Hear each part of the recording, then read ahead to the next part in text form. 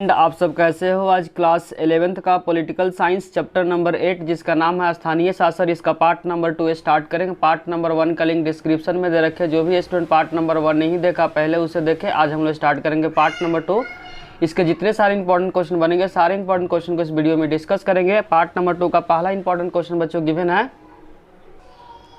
स्थानीय शासन में कौन कौन सी आरक्षण का मतलब रिजर्वेशन होता है बच्चों। आरक्षण कौन कौन से दिए गए हैं तथा इसका क्या लाभ है। बोलना चाह रहा क्वेश्चन में कि जो ग्राम स्थानीय जो शासन है इसमें कौन कौन सा रिजर्वेशन दिया गया हुआ है, इससे क्या क्या लाभ है, इसके बारे में क्वेश्चन पूछ रहा है। तो पहला पॉइंट पढ़ना बच्चों, इसमें क्या हुआ, महिलाओं के लिए 1/3 सीट आरक्षित कर दी। 1/3 का मतलब होगा बच्चों 100 में 33, जो 33 नंबर है क्या है, महिलाओं के लिए रिजर्वेशन है। रिजर्वेशन को हिंदी बोलते हैं आरक्षित है। तो जो ग्राम पंचायत होता है उसमें महिलाओं का 1/3 सीट क्या है, आरक्षित कर दी गई है। दूसरा ध्यान रखना बच्चों, अनुसूचित जाति और अनुसूचित जनजाति, जिसको हम लोग बोलते हैं बच्चों एससी और शेड्यूल कास्ट और शेड्यूल ट्राइब, वहीं बात लिखा हुआ है। अनुसूचित जाति तथा अनुसूचित जनजाति के लिए उनकी जनसंख्या के अनुपात, जितना जनसंख्या रहेगा उस अनुपात का मतलब रेशियो में आरक्षण का क्या है, प्रावधान किया गया हुआ है। इसमें बोल सकते हो बच्चों एससी और एसटी के लिए जो जनसंख्या के अनुपात में उनका क्या है, रिजर्वेशन फिक्स कर रखा है। ध्यान रखें बच्चों, इसमें जनसंख्या के रिस्पेक्ट में है और इसमें क्या है, 1/3 है। तीसरा पॉइंट ध्यान रखना बच्चों, प्रदेश के लिए सरकार का अन्य पिछड़ा वर्ग को बोलते हैं ओबीसी, अदर बैकवर्ड क्लास। क्या बोलते हैं बच्चों, अन्य पिछड़ा वर्ग को इंग्लिश में बोलते हैं ओबीसी, या ओबीसी का फुल फॉर्म होता है अदर बैकवर्ड क्लास, को भी सीट में आरक्षण दे सकती है। इसमें बोलना चाह रहा बच्चों 2 को तो ऑलरेडी मिल ही गया, महिला को और साथ साथ एससी और एसटी को। इसमें तीसरा पॉइंट बोला प्रदेश की जो सरकार है ओबीसी को भी सीट की आरक्षण दे सकती है। दी हुई नहीं है, दे सकती है, मतलब बात चल रहा है कि देने का भी, लेकिन फिक्स नहीं हुआ है। हो सकता है आने वाले समय में ओबीसी को भी क्या मिल जाए, रिजर्वेशन मिल जाए ग्राम स्थानीय शासन में। अब हम लोग पढ़ते बच्चों इसका क्या क्या लाभ है। जो ग्राम स्थानीय शासन में जो आरक्षण जो दी गई है उससे क्या क्या लाभ है। पहला लाभ है बच्चों, इस आरक्षण के लाभ के कारण आज महिलाएं सरपंच या मुखिया भी बोल सकते हैं, सरपंच के पद पे काम कर रही है। इन्हीं आरक्षण के कारण बहुत सी महिलाएं क्या कर रही है बच्चों, सरपंच या मुखिया के पोस्ट पे क्या कर रही है, काम कर रही है। किसके वजह से काम कर रही है, जो भी आरक्षण मिला हुआ ग्राम पंचायत में उसके वजह से बहुत सारी महिला सरपंच या मुखिया के पोस्ट पे काम कर रही है। भारत के अनेक प्रदेशों के आदिवासी, ध्यान रखना जो आदिवासी एक अलग ही होता है जनसंख्या वाले क्षेत्र में। भारत के अनेक प्रदेश का मतलब बच्चों राज्य समझना है, ठीक है। भारत के अनेक प्रदेशों के आदिवासी जनसंख्या वाले क्षेत्रों को, भारत के अनेक प्रदेश का मतलब क्या बताया बच्चों, राज्य के आदिवासी जनसंख्या वाले क्षेत्रों को 73 संविधान के प्रावधान से दूर रखा। मतलब 73 जो संविधान संशोधन हुआ था उसमें आदिवासी के बारे में जिक्र नहीं किया है, लेकिन 1996 में, ध्यान रखो 1996 में एक अलग कानून बनाकर पंचायती राज के प्रावधान में इसको क्या कर लिया, शामिल कर लिया। तो ध्यान रखना बच्चों जो 73 जो संशोधन हुआ था उस संशोधन में किसके बारे में बात किया था, ग्राम पंचायत के बारे में बात किया था। उस समय आदिवासी के बारे में कोई भी बात नहीं हुआ था, उसको बिल्कुल इससे क्या रखा था, दूर रखा था। लेकिन 1996 में 73 संशोधन जो लागू हुआ था, ध्यान रखो 1993 में क्या हुआ था, लागू हुआ था। लेकिन 1996 में एक अलग नियम पंचायत बनाकर क्या कर दिया, आदिवासी को भी क्या कर लिया, शामिल कर लिया। तो डेट को ध्यान रखना कि जो आदिवासी को कब शामिल किया गया था ग्राम पंचायत में, तो ध्यान रखना 1996 में क्या कर लिया, आदिवासी को भी ग्राम पंचायत में क्या कर लिया, शामिल कर लिया। तो डेट को ध्यान रखना 1996। बच्चों एक क्वेश्चन पेपर के पॉइंट अभी से बहुत इंपॉर्टेंट है, रिजर्वेशन और रिजर्वेशन से क्या क्या इसको लाभ है ग्राम पंचायत में। अगर बच्चों आपको समझने में किसी भी प्रकार का डाउट हो रहा है तो कमेंट बॉक्स में जरूर लिखिए। अब हम लोग स्टार्ट करेंगे पार्ट नंबर 2 का क्वेश्चन नंबर 2। बच्चों शहर या नगर किसे कहते हैं, ध्यान रखिए शहर या नगर किसे कहते हैं। तो ध्यान रखिए जो शहर और नगर का जो डेफिनेशन है जो बुक के अंदर जो गिवन है, कम से कम वहाँ पे जो जनसंख्या होना चाहिए 5000 होना चाहिए। ध्यान रखिए बच्चों शहर या नगर कब कहलाएगा, जब वहाँ पे कम से कम जो जनसंख्या होना चाहिए 5000 से कम नहीं होना चाहिए। 5000 से जितना ज़्यादा अधिक हो सकता है लेकिन कम नहीं होना चाहिए। पहला जो कंडीशन है बच्चों, नगर या शहर होने के लिए वहाँ की जो जनसंख्या है कम से कम 5000 से कम नहीं होना चाहिए, ज़्यादा हो सकता है। दूसरा इसमें कंडीशन है बच्चों, नगर या शहर होने के लिए कम से कम 75%, ध्यान रखा बच्चों, कम से कम 75% जो पुरुष है वह खेती बाड़ी के कामों में ना हो। ध्यान रखें बच्चों, 75% जो लोग हैं वहाँ के खेती बाड़ी के पेशे में ना हो, खेती बाड़ी के अलावा दूसरा कोई भी काम करे, तभी क्या कहलाएगा, नगर या शहर कहलाएगा। तीसरा जो कंडीशन है बच्चों शहर या नगर का, कि जनसंख्या का घनत्व कम से कम, ध्यान रखें बच्चों, कम से कम 400 व्यक्ति प्रति वर्ग किलोमीटर। प्रति वर्ग किलोमीटर का मतलब 1 किलोमीटर में 400 से या 400 से अधिक लोग क्या होना चाहिए, रहना चाहिए, तभी क्या हो सकता है, शहर या नगर कहलाएगा। बच्चों शहर या नगर होने के लिए 3 कंडीशन सेटिस्फाइड होगा, तभी हम बोल सकते हैं क्या है, शहर है। पहला, कम से कम 5000 या 5000 से अधिक जनसंख्या होना चाहिए। दूसरा जो कंडीशन बच्चों, कम से कम 75% पुरुष खेतीबाड़ी के पेशों में काम ना करे, इसका मतलब खेतीबाड़ी से रिलेटेड काम ना करे, उसके अलावा दूसरा कोई भी काम कर सकता है। और तीसरा ध्यान रखना बच्चों, 1 किलोमीटर में कम से कम 400 या 400 से अधिक लोग रहना चाहिए, तभी क्या कहलाएगा, वह शहर कहलाएगा। अब हम लोग स्टार्ट करेंगे बच्चों क्वेश्चन नंबर 3। क्वेश्चन नंबर 3 में बच्चों गिवन है, संविधान में 73वें और 74 संशोधन का विशेषता बताइए। जो चेंज आया उसमें विशेषता को क्या करना है, बताना है। 73 और 74 में जो संशोधन हुआ, जो बदलाव हुआ, उसके विशेषता को क्या करना है, एक्सप्लेन करना है। तो ध्यान रखें बच्चों, जो 73 जो संशोधन था वह किसके लिए था, वह था गांव के शासन व्यवस्था से, और 74 जो संशोधन था वह किससे था, तो ध्यान रखें बच्चों, नगर स्थानीय शासन से था। यह ध्यान रखना बच्चों, 73 ग्राम स्थानीय शासन से था और क्या शहर स्थानीय शासन से रिलेटेड है। अब बच्चों पहला विशेषता पढ़ते हैं। पहला विशेषता लिखा हुआ पंचायतों और नगर पालिका। पंचायत होता है बच्चों गांव में और नगर पालिका क्या होता है, शहर में। महिलाओं के लिए 1/3 आरक्षण का प्रावधान किया गया। पहला इसमें बोलना चाह रहा है पंचायत। पंचायत का मतलब यहाँ गांव में होता है पंचायत, नगर पालिका बच्चों शहर में होता है, वहाँ पे महिलाओं को 1/3 आरक्षण का प्रावधान किया गया। पहला विशेषता बच्चों, महिलाओं के लिए गांव या नगर में 1/3 रिजर्वेशन, मतलब सीट पर क्या करे, आरक्षण। इस पे कोई भी महिला ही खड़ा हो सकती है, कोई भी जेंट्स खड़ा नहीं हो सकता। कितने परसेंट बच्चों, 1/3। 1/3 का मतलब होगा 100 सीट है, तो 100 सीट में 33 जो सीट है उसमें कोई लेडीज ही क्या कर सकती है, खड़ा हो सकती है, उसमें लेडीज का ही क्या होगा, जीत होगा। 1/3 का मतलब अगर 100 है तो 100 में 33 क्या है, रिजर्वेशन किसके लिए बच्चों, महिलाओं के लिए। दूसरा, नियमित रूप से प्रत्येक वर्ष के अंतराल में पंचायत के लिए चुनाव अनिवार्य है। जिस तरीके से बाकियों का चुनाव होता है उसी तरीके से क्या होना चाहिए बच्चों, पंचायत या नगर पालिका का चुनाव होना चाहिए समय समय पर। अगर पेपर में पूछेगा बच्चों पंचायत या नगर पालिका का चुनाव कितने साल के बाद होता है, तो ध्यान रखें बच्चों जनरली 5 साल के बाद ही होता है। बाकी का चुनाव 5 साल का होता है, उसी तरीके से पंचायत या नगर पालिका का भी चुनाव 5-5 साल के बाद ही होता है। तीसरा पॉइंट ध्यान रखना बच्चों, राज्य चुनाव आयोग का गठन का प्रावधान। राज्य चुनाव आयोग का काम होता है बच्चों ग्राम पंचायत या नगर पालिका का क्या करना, चुनाव करना। अगर 1 नंबर में क्वेश्चन आ कि राज्य चुनाव आयोग का काम क्या है, तो ध्यान रखना बच्चों ग्राम पंचायत या नगर पालिका का जो चुनाव करवाता है उसको क्या बोलते हैं, राज्य चुनाव आयोग बोलते हैं। उसका भी क्या कर दिया गया बच्चों, गठन। गठन का मतलब उसको बनाया गया। देखा बच्चों, पिछड़े वर्ग के लोगों के लिए आरक्षण का अधिकार राज्यों ने प्रदान कर दिया। इसमें बोला जो पिछड़ा वर्ग है उसके लिए आरक्षण का अधिकार क्या कर दिया, प्रदान कर दिया। 5वां पॉइंट है बच्चों, स्थानीय सरकार को अनेक शक्तियां भी दी गई।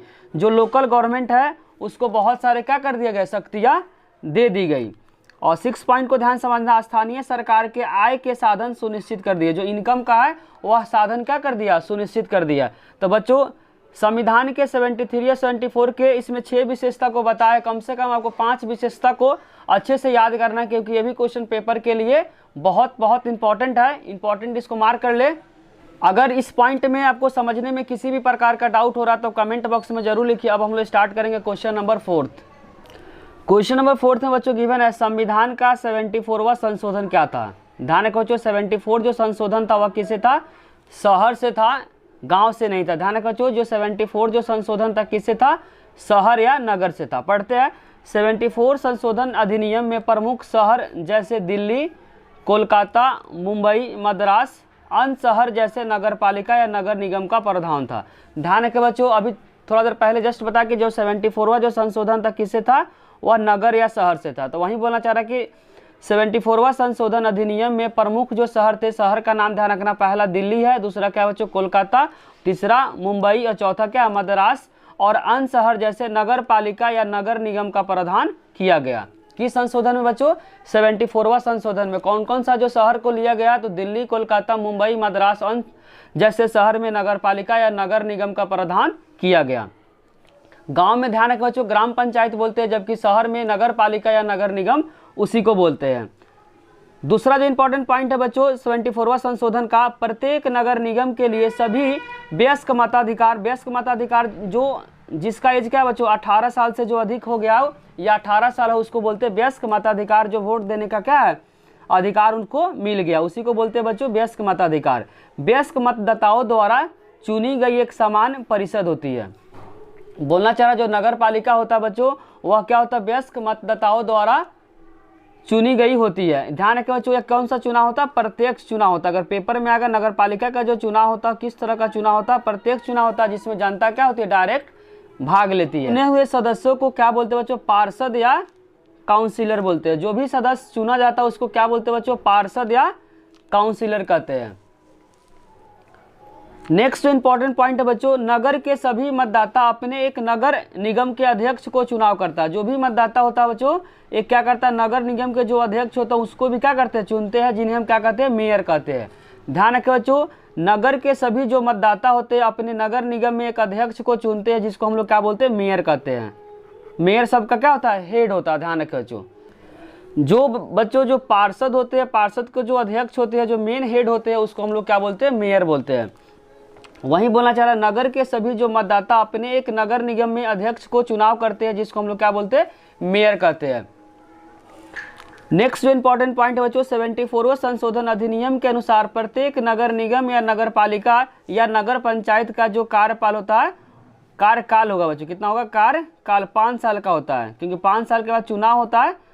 तो ध्यान रखना 74 संशोधन अधिनियम के अनुसार या नगर निगम हो या नगर पालिका हो या नगर पंचायत का जो कार्यकाल कितने साल का होता है? 5 साल का होता है। पहले भी पॉइंट कुछ बता रखे हैं कि 5-5 साल के बाद चुनाव होता है, इसीलिए इसका बोलना चाह रहा है कार्यकाल कितने साल का होता है? 5 साल का होता है। या तो ग्राम पंचायत बोलेगा या नगर पालिका बोलेगा या नगर निगम का चुनाव कितने साल के बाद होता है? तो ध्यान रखो बच्चों 5 साल के बाद चुनाव होता है। निगम के भंग होने पर 6 माह के अंदर पे चुनाव करवाना अनिवार्य है। मान लेते हैं कि मेयर या कोई भी जो पार्षद होता है उसकी अगर मौत हो जाती है तब क्या होता है बच्चों 6 महीने के अंदर में चुनाव करवाना पड़ता है, क्योंकि अगर भंग हो जाता है तब करवाते, अगर भंग नहीं होता फिर तो 5 साल के बाद ही चुनाव होगा। अगर किसी केस में मेयर या पार्षद का क्या होती है मौत हो जाती है या अपने पोस्ट से इस्तीफा दे देती है, तब उस केस में 6 माह के अंदर में क्या करना पड़ता है? चुनाव करवाना अनिवार्य हो जाता है। बच्चों क्वेश्चन नंबर 4 में अगर किसी भी प्रकार का डाउट हो, कोई भी पॉइंट समझने में कोई डाउट हो रहा है तो डायरेक्ट आप क्या कर सकते हैं कमेंट बॉक्स में लिखे, उसका तुरंत ही आंसर आपको मिल जाएगा। अब हम लोग स्टार्ट करेंगे क्वेश्चन नंबर 5। क्वेश्चन नंबर 5 में बच्चों गिवन है पंचायती राज संस्थाओं के कार्य कौन कौन से। जो पंचायती राज है बच्चों जो ग्राम पंचायत है उसके कौन कौन से काम है, उस काम को क्या करना है बताना। तो 2 तरह का काम है बच्चों, एक पारंपरिक काम है या कार्य है। तो पारंपरिक कार्य को पहले पढ़ते हैं। उसमें पहला पॉइंट है स्वच्छ पेयजल मुहैया कराना, मतलब सभी घर में बच्चों साफ पानी को मुहैया कराना मतलब पहुंचाना। पहला काम ध्यान रखना बच्चों ग्राम पंचायत का काम होता है सभी घर में स्वच्छ, स्वच्छ का मतलब होता है साफ पानी हर घर में क्या करे पहुंचाने का काम किसका होता है? तो ग्राम पंचायत का होता है। गांव के स्वास्थ्य सुविधा उपलब्ध कराना, इसका मतलब हो बच्चों डिस्पेंसरी क्या करना हर एक गाँव में उपलब्ध कराना। ध्यान रखना बच्चों गांव में स्वास्थ्य सुविधा उपलब्ध करना, इसको इंग्लिश में बोल सकते हो बच्चों डिस्पेंसरी। नालियों और सड़कों के रख रखाव करना, अगर मरम्मत करना, अगर नाली या सड़क कोई खराब हो जाता है तो जो मरम्मत का जो काम होता है, जो रिपेयरिंग का जो काम होता है वो भी किसका होता है बच्चों? ग्राम पंचायत का होता है। सड़क के किनारे प्रकाश की व्यवस्था करना, जो बच्चों जो सड़क पे जो लाइट हाउस लगा होता है वो भी जो काम होता है किसका होता है? जो सड़क के किनारे जो लाइट लगाने का जो काम होता है वो भी क्या होता है बच्चों? ग्राम पंचायत का होता है। चौथा पॉइंट 5वां ध्यान रखना गांव के सभी घरों तक प्राथमिक शिक्षा को पहुंचाना। शिक्षा को क्या करना पहुंचाने का जो काम है वो भी किसका काम है? ध्यान रखना बच्चों ग्राम पंचायत का काम है। फिर 6 पॉइंट में सरकारी योजनाओं को घर घर पहुंचाना, कोई भी सरकारी अगर बच्चों योजना आता है उसको हर घर में पहुंचाने का जो काम होता है वो भी काम किसका होता है? ग्राम पंचायत का होता है। छठा जो पॉइंट है बच्चों, सरकारी योजनाओं को घर घर पहुंचाना। जैसे बच्चों इंदिरा आवास योजना, कोई भी अगर सरकारी योजना आता है घरों तक पहुंचाने का जो काम होता है वह काम किसका होता है बच्चों, ग्राम पंचायत का होता है। कोई भी सरकारी योजना आता है तो हर घर में जो पहुंचाने का जो काम होता है वो ग्राम पंचायत का होता है। अब हम लोग पढ़ते हैं बच्चों आर्थिक विकास के जो कार्य है उससे रिलेटेड क्या ग्राम पंचायत का कौन कौन सा काम है आर्थिक विकास के रिलेटेड। पहला पॉइंट इसमें ध्यान रखना, कृषि योजनाएं लागू करना। जो भी कृषि योजना आता है उसको क्या करना बच्चों, लागू करना। ग्रामीण विद्युतीकरण करवाना, विद्युतीकरण का हर घर में क्या करना, बिजली को पहुंचाना। विद्युतीकरण का मतलब क्या बच्चों, हर घर में बिजली को क्या करना, पहुंचाने का जो काम होता है वो भी काम किसका होता है, ग्राम पंचायत का होता है। तीसरा पॉइंट है शहरी सड़कों को गांव से जोड़ने का जो योजना होता है वो भी योजना का जो काम होता है वो भी क्या होता है, जैसे जो शहर है और जो गांव है उस जो रोड को जो सड़क को जो जोड़ने का जो काम होता है वो भी काम किसका होता है, ग्राम पंचायत का होता है। वहीं पॉइंट लिखा है शहरी सड़कों को गांव से जोड़ने का योजना। चौथा पॉइंट है व्यावसायिक शिक्षा को प्रोत्साहित करना। जो भी बच्चों व्यावसायिक जो शिक्षा है, प्राथमिक जो शिक्षा है उसको प्रोत्साहित करना, प्रोत्साहित का मोटिवेट करना। और पांचवा पॉइंट है ग्रामीण को आवास प्रदान करना। आवास का मतलब होता है बच्चों जैसे इंदिरा आवास योजना, किसी भी प्रकार का जो योजना होता है जो गरीब होता है उसको क्या करना, प्रदान करना। 6 पॉइंट है बच्चों समाज के कमजोर और विकलांग वर्गों को योजना को क्या करना, चलाना। अगर कोई भी विकलांग के लिए आता है या जो कमजोर जो परिवार के लिए जो योजना आता है उसको क्या करना, बताना और उससे जो भी उसको बेनिफिट हो उसको देना होता है। किसको, ग्राम पंचायत का काम होता है। अब हम लोग स्टार्ट करेंगे बच्चों क्वेश्चन नंबर 6। ये भी क्वेश्चन पेपर के पॉइंट ऑफ व्यू से बहुत इंपॉर्टेंट है कि पंचायती राज जो बच्चों जो ग्राम पंचायत का कौन कौन से काम है। अगर पेपर में डायरेक्ट सिर्फ काम आएगा तो सारे पॉइंट को क्या कर देंगे, मिक्स कर देंगे। कौन कौन सा पॉइंट को मिक्स करेंगे बच्चों, आर्थिक विकास के जो कार्य है उसको और साथ साथ जो पारंपरिक जो कार्य है दोनों को क्या कर देंगे, पॉइंट को ऐड कर देंगे। डायरेक्ट अगर काम पूछेगा तो डायरेक्ट अगर पूछेगा कि ग्राम पंचायत का कौन कौन सा काम होता है तो दोनों पॉइंट को क्या कर देंगे, ऐड कर देंगे, पारंपरिक के साथ साथ आर्थिक विकास को। लेकिन अगर पेपर में पारंपरिक पूछेगा तो सिर्फ इस वाले पॉइंट को लिखेंगे, अगर आर्थिक बोलेगा तो सिर्फ इस पॉइंट को क्या करेंगे, लिखेंगे। अगर कुछ नहीं बोलेगा तो दोनों पॉइंट को क्या कर देंगे, मर्ज कर देंगे। मर्ज का मतलब दोनों को मिलाकर लिखेंगे। अब हम लोग स्टार्ट करेंगे बच्चों क्वेश्चन नंबर 6। अभी हम लोग पढ़ते बच्चों ग्राम पंचायत का काम। अब हम लोग पढ़ेंगे नगर पालिका या नगर पंचायत का कौन कौन से काम है उस काम को क्या करेंगे, पढ़ेंगे। बच्चों सड़कों का निर्माण एवं रख रखाव, रख रखाव का मतलब मरम्मत करना। अगर कोई भी सड़क अगर खराब हो जाता है उसको मरम्मत करने का जो काम होता है शहर में किसका होता है बच्चों, नगर पालिका का होता है। जल आपूर्ति, जल को पूरा करने का जो काम होता है शहर में किसका होता है बच्चों, नगर पालिका का होता है। सार्वजनिक स्वास्थ्य का मतलब हुआ बच्चों हर एक शहर में क्या होना चाहिए, डिस्पेंसरी होना चाहिए। और चौथा है सार्वजनिक सुविधा, जैसे स्कूल होना चाहिए बच्चों, स्वास्थ्य केंद्र होना चाहिए। सड़क की प्रकाश, सड़क की प्रकाश का मतलब जो सड़क के साइड जो लाइट लगा हुआ रहता है, लाइट हाउस जिसको बोलते हैं, उसका पार्क का व्यवस्था, खेल मैदान, बस स्टैंड आदि का जो काम होता है वह किसका होता है, ध्यान रखो बच्चों, नगर पालिका का काम होता है। अब हम लोग स्टार्ट करेंगे बच्चों क्वेश्चन नंबर 7। क्वेश्चन नंबर 7 तो बच्चों गिवन है राज्य वित्त आयोग। वित्त का मतलब पैसे से रिलेटेड है। क्या बच्चों, राज्य वित्त आयोग का क्या काम है, तो पढ़ते हैं प्रदेश की सरकार। प्रदेश का मतलब है राज्य के जो सरकार है, सरकारों के लिए जरूरी है कि वह हर 5 साल वर्ष पे एक प्रादेशिक वित्त आयोग बनाए। मतलब बोलना चाह रहा कि राज्य का जो काम है प्रत्येक 5 साल में क्या बनाए, एक राज्य वित्त आयोग बनाए। और इसका काम समझना ध्यान से, यह आयोग प्रदेश में मौजूद स्थानीय शासन की संस्थाओं के आर्थिक स्थिति की जानकारी रखेगा। जो भी पैसे से रिलेटेड है उसका क्या करेगी, जानकारी रखेगी। और राज्य वित्त आयोग का जो नियुक्ति कौन करेगा बच्चों, तो ध्यान रखना प्रदेश की सरकार, प्रदेश की सरकार में तो राज्य की सरकार नियुक्त करेगी। और इसका काम है जो स्थानीय शासन में जो आर्थिक स्थिति की क्या करेगी, जानकारी रखेगी। जो पैसे से जो रिलेटेड है बच्चों स्थानीय शासन की रख रखाव जानकारी कौन रखेगा, राज्य वित्त आयोग। राज्य वित्त आयोग की जो नियुक्ति कौन करेगा, राज्य सरकार। इसको यहाँ पे लिखा हो प्रदेश की सरकार, प्रदेश की सरकार में तो राज्य की सरकार। अब हम लोग स्टार्ट करेंगे बच्चों क्वेश्चन नंबर 8। क्वेश्चन नंबर 8 में बच्चों गिवन स्थानीय शासन की आवश्यकता क्यों है। ध्यान रखिए जो स्थानीय जो शासन है उसकी जरूरत क्यों है, उसका रीजन क्या करना, बताना है। तो पहला पॉइंट ध्यान रखना, लोकतंत्र को मजबूत करने के लिए। पहला पॉइंट किस लिए बच्चों, इससे क्या होता है, लोकतंत्र क्या होता है, मजबूत होता है। दूसरा पॉइंट याद करना है, लोकतंत्र में अधिक से अधिक लोग क्या करें, भागीदारी। भागीदारी का मतलब पार्टिसिपेट करें। लोकतंत्र में क्या करे बच्चों, ज़्यादा से ज़्यादा लोग क्या करें, भाग ले। लोगों के सबसे अधिक समस्या स्थानीय स्तर पर ही होती है। लोगों को जनरली जो ज़्यादा प्रॉब्लम होता है क्या होता है बच्चों, स्थानीय स्तर पर होती है, जिसे स्थानीय स्तर पर ही अच्छे ढंग से क्या कर दिया जाता है, सुलझाया जा सकता है। ज़्यादातर जो इंसान को जो प्रॉब्लम होता है बच्चों वह क्या होता है, स्थानीय स्तर पे होती है। स्थानीय स्तर पे जो प्रॉब्लम होती है उसको अच्छे से क्या कर सकती है, स्थानीय सरकार सुलझा सकती है। चौथा पॉइंट को ध्यान रखना, अच्छे लोकतंत्र में शक्तियों का बंटवारा क्या है, बहुत जरूरी है। अगर लोकतंत्र अच्छा तभी होगा बच्चों जब शक्तियों का क्या होगा, बंटवारा होगा। तभी तो भारत में क्या लोकतंत्र है, जिसके कारण से केंद्र सरकार, राज्य सरकार और स्थानीय सरकार में पावर में क्या हो रखा है, डिस्ट्रीब्यूशन होगा। तो अच्छा लोकतंत्र तभी माना जाता है जब पावर का डिस्ट्रीब्यूशन होता है। तो भारत में सबसे ज़्यादा जो पावर है बच्चों केंद्र सरकार के पास है, उसके बाद राज्य सरकार के पास है, और सबसे नीचे जो किसके पास है, स्थानीय सरकार के पास है। तो अच्छा लोकतंत्र तभी कहलाता है जब पावर का क्या होता है, डिस्ट्रीब्यूशन होता है। इन्हीं कारणों से क्या होता है बच्चों, स्थानीय शासन की क्या होती है, जरूरत होती है। अब हम लोग स्टार्ट करें क्वेश्चन नंबर 9। क्वेश्चन नंबर 9 में बच्चों गिवन स्थानीय शासन की क्या क्या समस्या होती है।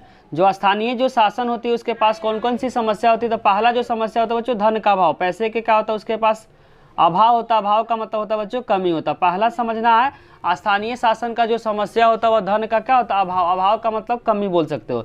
दूसरा, वित्तीय मदद के लिए सरकारों पर निर्भर होता है। जो पैसे के लिए जो होता है बच्चों खुद के पास नहीं होता, क्या होना पड़ता है, सरकार से, मतलब राज्य सरकार पे क्या होता है, आधारित होता है कौन, स्थानीय शासन। तो दूसरा पॉइंट समझना बच्चों, समस्या क्या होता है, वित्तीय मदद के लिए। वित्तीय मदद के मतलब पैसे से जो रिलेटेड होता है वो सरकार पे क्या होता है, निर्भर रहना पड़ता है। दूसरा समस्या ध्यान रखना, स्थानीय शासन का होता है जनता की जागरूकता ना हो। जनता क्या करते हैं, जो पार्टिसिपेट नहीं करते, भाग नहीं लेते, जनता जागरूकता नहीं दिखाते हैं, जिसके कारण से क्या होता है, स्थानीय शासन को प्रॉब्लम होता है। आय से अधिक खर्च होना, जितना पैसा सरकार देती है उससे ज़्यादा पैसा उसके पास क्या खर्च हो जाती है। जैसे कोई रोड बन रहा है तो रोड के तरफ जितना, अगर मान लो कि 50 रुपया आया, उसमें 60,000 रुपया खर्च हो गया, तो जितना पैसा आता है उससे ज़्यादा पैसा क्या होता है, स्थानीय सरकार से खर्च हो जाता है। वो भी क्या एक समस्या ही है। तो पेपर में बच्चों क्वेश्चन आ कि स्थानीय शासन की समस्या कौन कौन सी है। तो चारों समस्या को क्या करना, आपको बारीकी से लिखना है। अगर चारों में कोई भी प्रकार का आपको डाउट हो तो कमेंट में आपको जरूर लिखना है। अब हम स्टार्ट करेंगे बच्चों स्थानीय शासन के विषय। स्थानीय शासन कौन कौन विषय पे काम करती है, ये भी क्वेश्चन पेपर के पॉइंट ऑफ व्यू से बहुत इंपॉर्टेंट है। स्थानीय शासन के विषय, विषय का मतलब कौन कौन चीज़ों पे क्या करती है, काम करती है। अगर सड़क बनाने का काम है बच्चों गांव लेवल पे, तो वह काम होता है किसका, स्थानीय सरकार का। सिंचाई से जो रिलेटेड है, सिंचाई मतलब जो किसान जो खेती करते हैं उसमें जो सिंचाई होता है उससे रिलेटेड जो कोई काम होता है ग्राम पंचायती करते हैं। तीसरा बच्चों बाजार एवं मेला, जो भी आसपास में जो गाँव में जो बाजार और जो मेला लगता है वो भी उस किसका काम होता है, स्थानीय सरकार का ही काम होता है। शिक्षा से जो स्थानीय जो प्राथमिक लेवल का जो शिक्षा होता है गांव में, वो भी देख रेख कौन करता है, तो ध्यान रखें बच्चों, वो भी देख रेख कौन करता है, तो स्थानीय शासन ही करता है। कृषि से रिलेटेड जो रिलेटेड बच्चे योजना आता है वो भी योजना के पास किसके पास आता है, स्थानीय सरकार के पास आता है। वहीं स्थानीय सरकार क्या करती है, बताती है किसानों को। सार्वजनिक वितरण प्रणाली, कोई भी सरकारी, जैसे क्या हो गया बच्चों चावल आ गया, किसी भी प्रकार का, वो भी वितरण का जो काम होता है किसके पास आता है, तो वो भी स्थानीय सरकार के पास आता है। जैसे राशन का वितरण होना, गांव में क्या होता है बच्चों, राशन का बंटवारा होता है, वो भी किसके पास आता है, तो स्थानीय सरकार के पास आता है। ग्रामीण विकास, ग्रामीण किस तरीके से विकास करे, पेयजल, हर घर में पानी पहुँचाने का जो काम है वो भी काम किसके पास होता है, ध्यान रखें बच्चों, वह काम होता है स्थानीय सरकार के पास। ग्रामीण विद्युतीकरण का मतलब होता है हर घर में बिजली पहुँचाने का जो काम होता है वो भी काम, ध्यान रखें बच्चों, किसका होता है, स्थानीय शासन का होता है। ध्यान रखें बच्चों 29 विषयों पे उसको काम मिला हुआ किसको, स्थानीय सरकार का, जिसमें से हम 9 को क्या लिखे हैं, बताए हैं। इसमें से बाकी 20 पेपर में बच्चों अगर आएगा स्थानीय शासन का विषय तो 29 को नहीं लिखना है। आपका टोटल जो विषय होता है वो 29 होता है। एमसीक्यू के फॉर्म में आ गया स्थानीय जो शासन का जो विषय दिया गया है, संविधान में कितना विषय दिया गया, तो ध्यान रखो 29 में से इसमें 9 को हम बता, 9 को क्या करना आपको बारीकी से समझकर पेपर में आएगा, तो 9 ही पॉइंट का है, सफिशिएंट है। अब हम लोग स्टार्ट करेंगे क्वेश्चन नंबर 11। क्वेश्चन नंबर 11 में बच्चों गिवन है 73 और 74 संविधान संशोधन में पहले कौन से कदम उठाए गए थे। जो 73 और 74 में जो संशोधन हुआ था उसमें सबसे पहले कदम कौन कौन से उठाए गए, उस कदम को क्या करना, पढ़ना। पहला कदम जो उठाया गया था बच्चों 1952, डेट को ध्यान रखना, 1952 में सामुदायिक विकास कार्यक्रम का क्या होता गठन हुआ था। ध्यान रखो बच्चों 1952 में किसका गठन हुआ था, तो ध्यान रखना एमसीक्यू फॉर्म में भी क्वेश्चन आ सकता है, तो उसमें ध्यान रखना सामुदायिक विकास कार्यक्रम का क्या होता उद्घाटन हुआ था या बना था। 1952 में सामुदायिक विकास कार्यक्रम क्या हुआ था, बना था। और 1960 में निर्वाचन के द्वारा, ध्यान रखो बच्चों 1960 में निर्वाचन के द्वारा स्थानीय शासन प्रणाली लागू हुआ। कहाँ कहाँ हुआ था बच्चों, मुंबई, गुजरात और कोलकाता साइड में क्या हुआ था, मतदान के थ्रू स्थानीय शासन प्रणाली को अपनाया गया था। कहाँ कहाँ पे, मुंबई, गुजरात और कोलकाता साइड। तीसरा ध्यान रखना चाहिए, सबसे इंपॉर्टेंट जो पॉइंट है इसमें, जो 73 या 74 जो संशोधन में जो कदम उठाए गए थे, सबसे 89 में पीके थुंगन समिति ने, ध्यान रखें 1989 में पीके थुंगन समिति ने स्थानीय शासन के निकायों को संवैधानिक दर्जा प्रदान करने की क्या की, सिफारिश की। बोलना चाह रहा है कि 1989 में जो पीके थुंगन जो समिति थी, जो स्थानीय शासन को संविधान में क्या करने, दर्जा प्राप्त, संवैधानिक दर्जा प्राप्त करने की सिफारिश की। बोलना चाह रहा है कि बच्चों 1989 में जो पीके थुंगन जो समिति थी स्थानीय शासन को, बोलना चाह रहा है कि संवैधानिक दर्जा दिया जाए ताकि सभी लोग इसका क्या करें, बात मानेगा। संविधान में जो बातें नहीं लिखी रहेगी तो जनता इसकी बात नहीं मानेगी। तो 1989 में पीके थुंगन समिति ने जो स्थानीय शासन को संवैधानिक दर्जा प्राप्त करने की सिफारिश की। इसी के साथ बच्चों स्थानीय शासन के जितने सारे इंपॉर्टेंट क्वेश्चन थे, सारे इंपॉर्टेंट क्वेश्चन को पार्ट नंबर 1 और पार्ट नंबर 2 में क्या कर दिए, डिस्कस कर दिए। अगर किसी भी प्रकार को आपको डाउट हुआ हो पार्ट नंबर 1 और पार्ट नंबर 2 में, तो आप क्या करें, कमेंट बॉक्स में जरूर लिखिए। अगर वीडियो अच्छी लगी हो तो लाइक, कमेंट और सब्सक्राइब करना चैनल को ना भूलें। आप लोग का कमेंट ही हम लोग को क्या करता है बच्चों, मोटिवेट करता है और वीडियो बनाने का मन करता है। इससे आपसे गुजारिश करता हूँ, अगर आपको वीडियो अच्छी लगी तो कृपया लाइक, कमेंट और सब्सक्राइब करना चैनल को ना भूलें, ताकि हम लोग क्या करता है, आपका लाइक और कमेंट ही हम लोग को मोटिवेट करता है वीडियो बनाने के लिए। Thank you.